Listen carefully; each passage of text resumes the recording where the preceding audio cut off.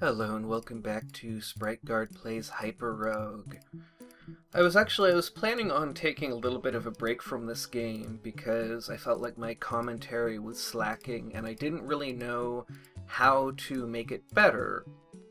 And so I was prepared to take some time away from the game and really think about what it was I was going to say, what it was I was going to talk about, because I really want my commentary to flow naturally, and I had been kind of embarrassed when I realized how poorly my commentary actually flowed in episode 5.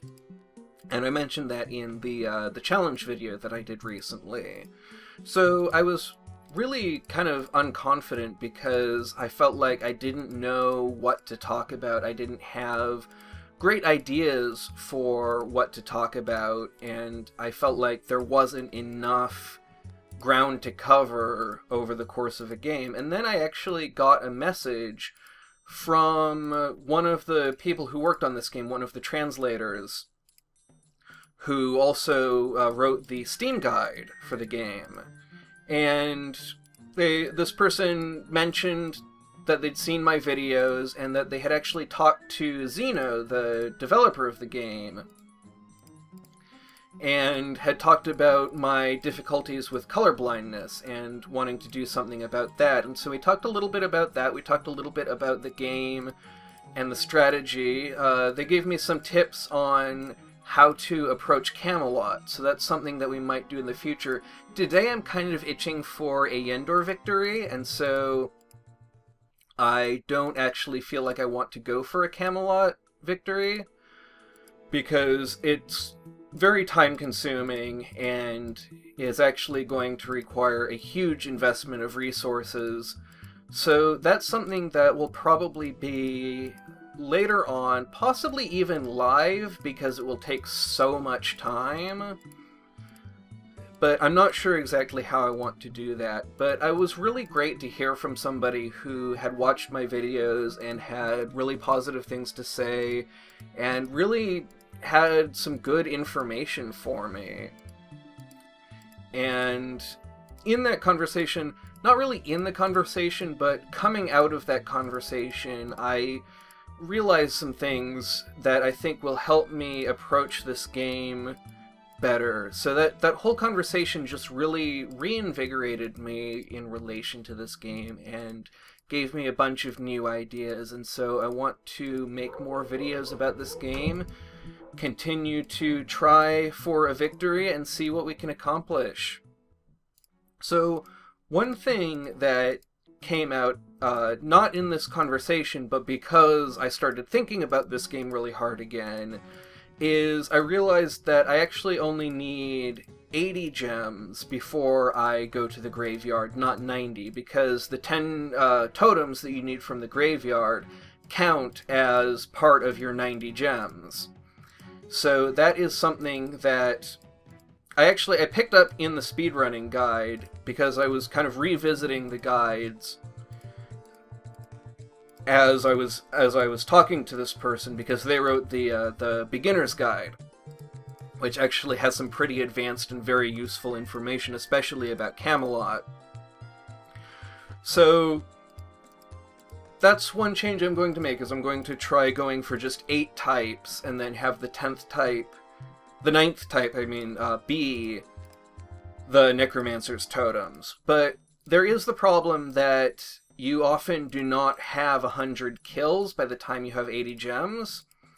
And so my having accidentally taken way too many gems in the Icy Land and the Living Cave may actually end up helping us out in that regard, because we're going to be facing a lot of monsters, more monsters than we would be if I played a little bit more tightly, a little bit more carefully. And that's one thing that I want to try and do with this series, is play a little bit more breezily and not focus so much on trying to do everything exactly right. I do want to not focus too much on keeping things moving, because I think that is a way that I get distracted.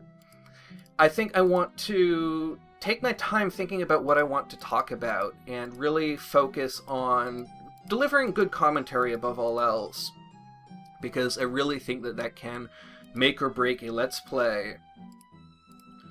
And so I want to let myself stop the game whenever I feel like I need to, so that I can carry on talking. But I want to just focus on keeping everything fluid. That means in the game and in my commentary. But when it comes down to, am I going to focus on the game or am I going to focus on commentary, I'm always going to try to focus on commentary.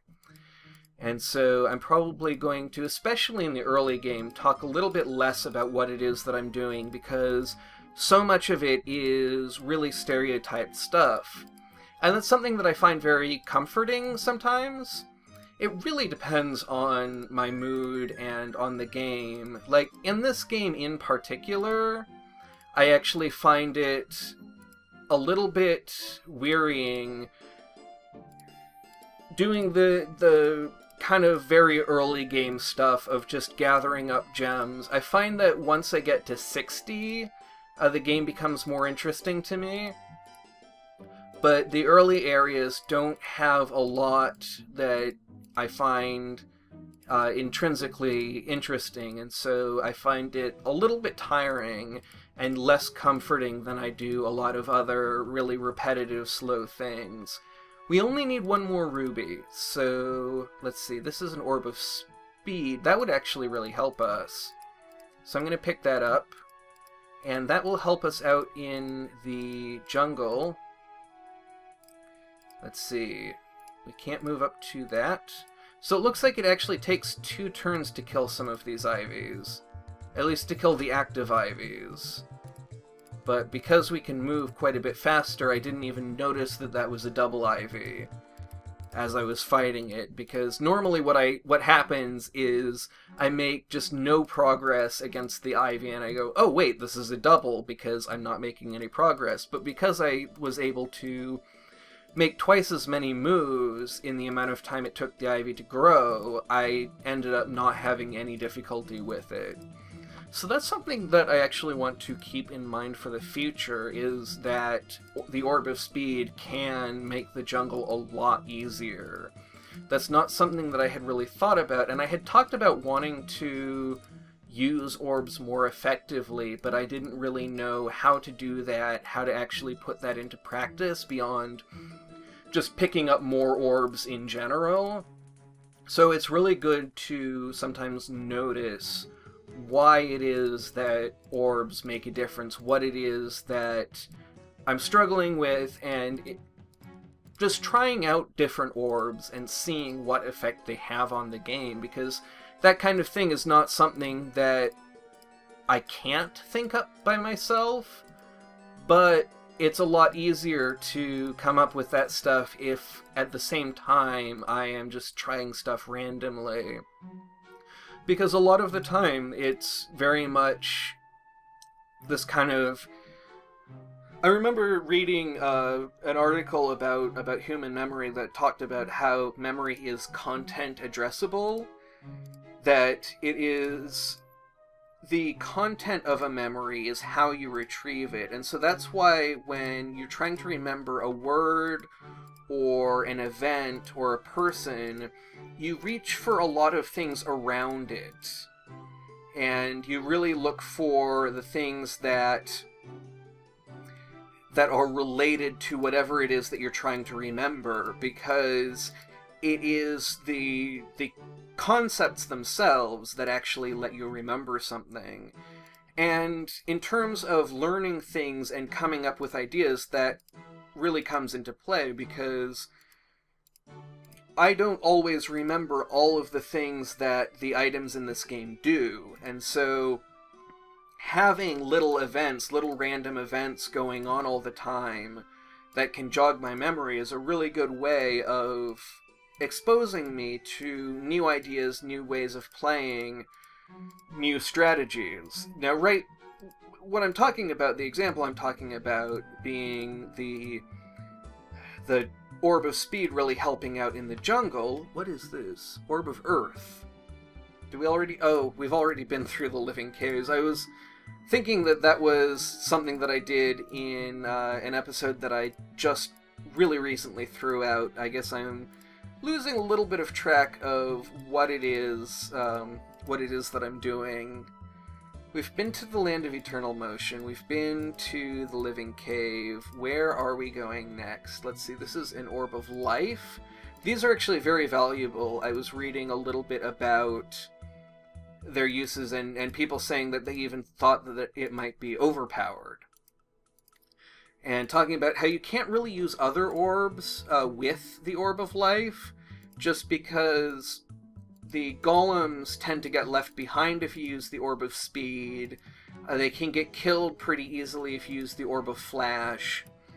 And so there's not a lot of ways that you can use orbs along with the Orb of Life, but the Orb of Life itself is so powerful that it ends up not mattering all that much. So we have 65 at this point. We have, I believe, 6 types, because we have 5 extra gems. So let's go into Relia and get our next type from here. And then I really do want to try to remember that I have this extra idea that I learned, that I only need 80. And I need to keep that in mind, because that's something that will be very easy to forget. And I may end up picking up 90 or 95 gems anyway. So, let's see, we still need 5 more from this area, and I don't actually think it's a good idea to try to really fight for these with, like, the tentacles and the ivy. I think it's probably better to just go for the easy pickings. Assuming I can find any easy pickings. Now that I've said that, of course, I'm not seeing a lot of statues spawning in places that are easy to get to. Not going to go into the temple. We had a great time in the temple in the last episode, but it's not something that I want to repeat just yet. I think that it is definitely something that I want to go back to, but I really like having variety on this channel. I really like trying to have a few different things, because there's always this sort of tension between the kind of... Let me stop and really compose what it is that I'm saying.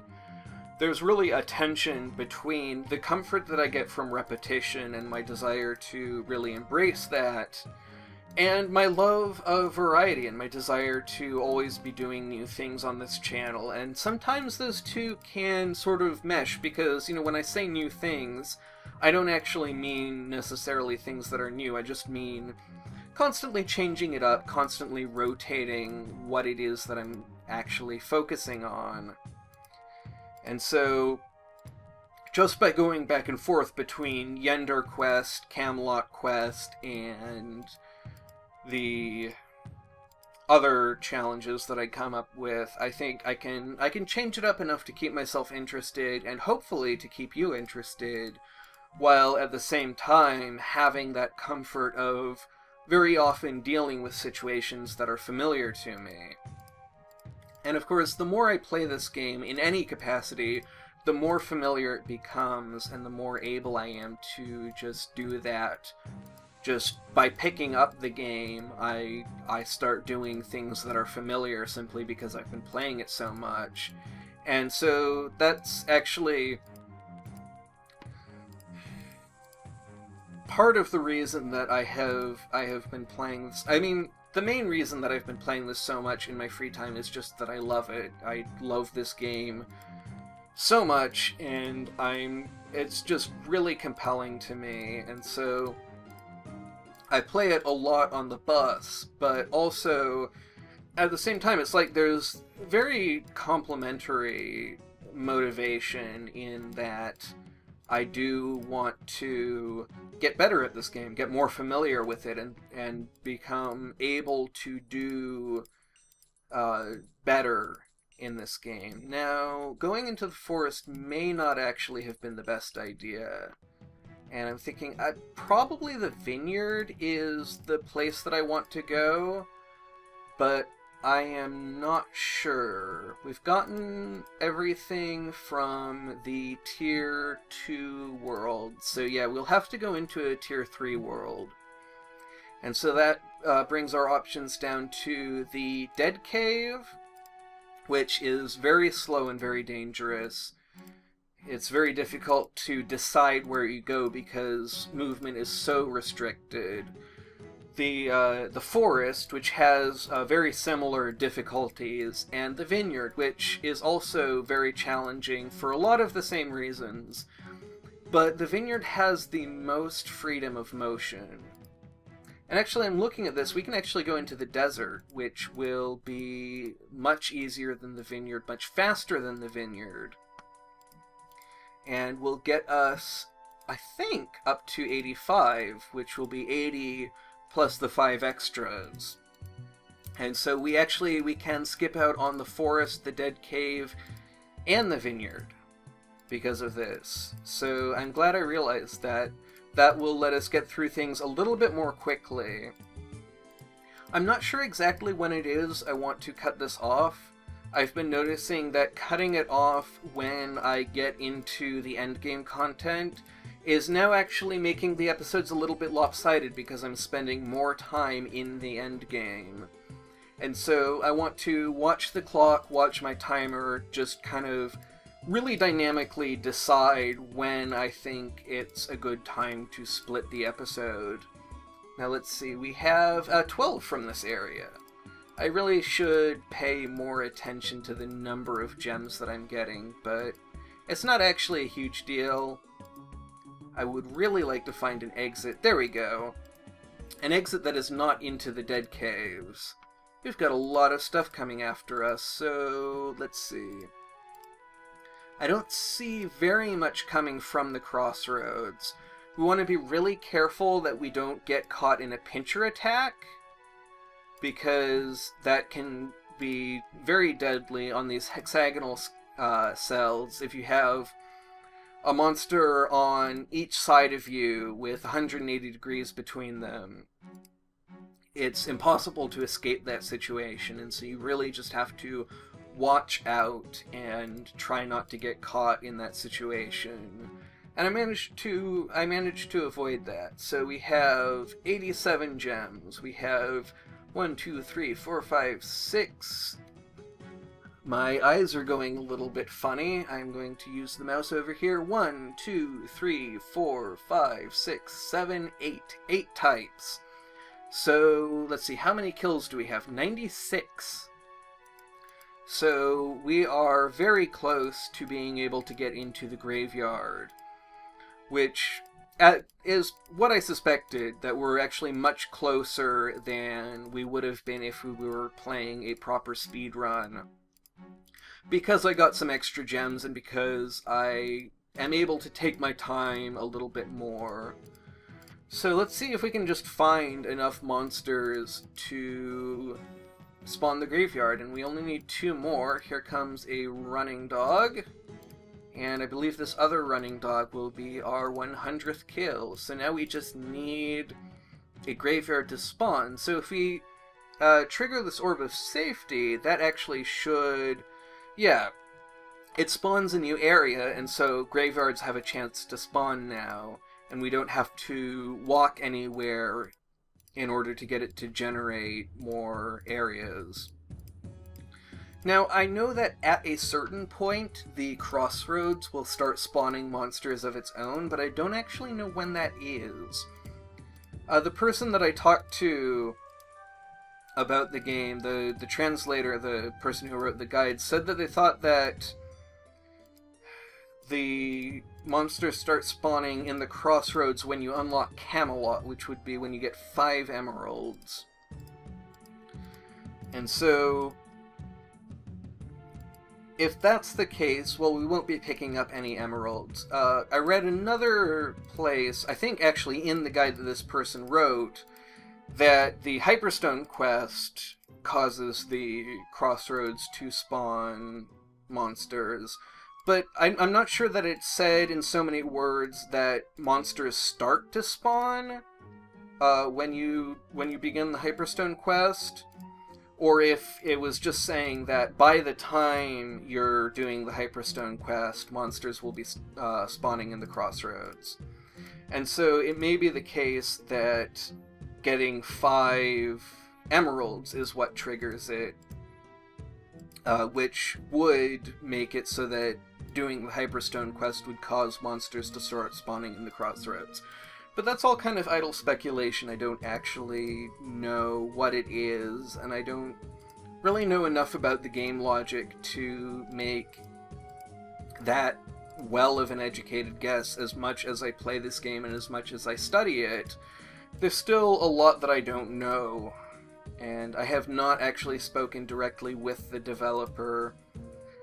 I haven't. I have taken a look at some of the comments on the code, not the code comments, but the developer wrote basically a blog post breaking down what each of the code files does.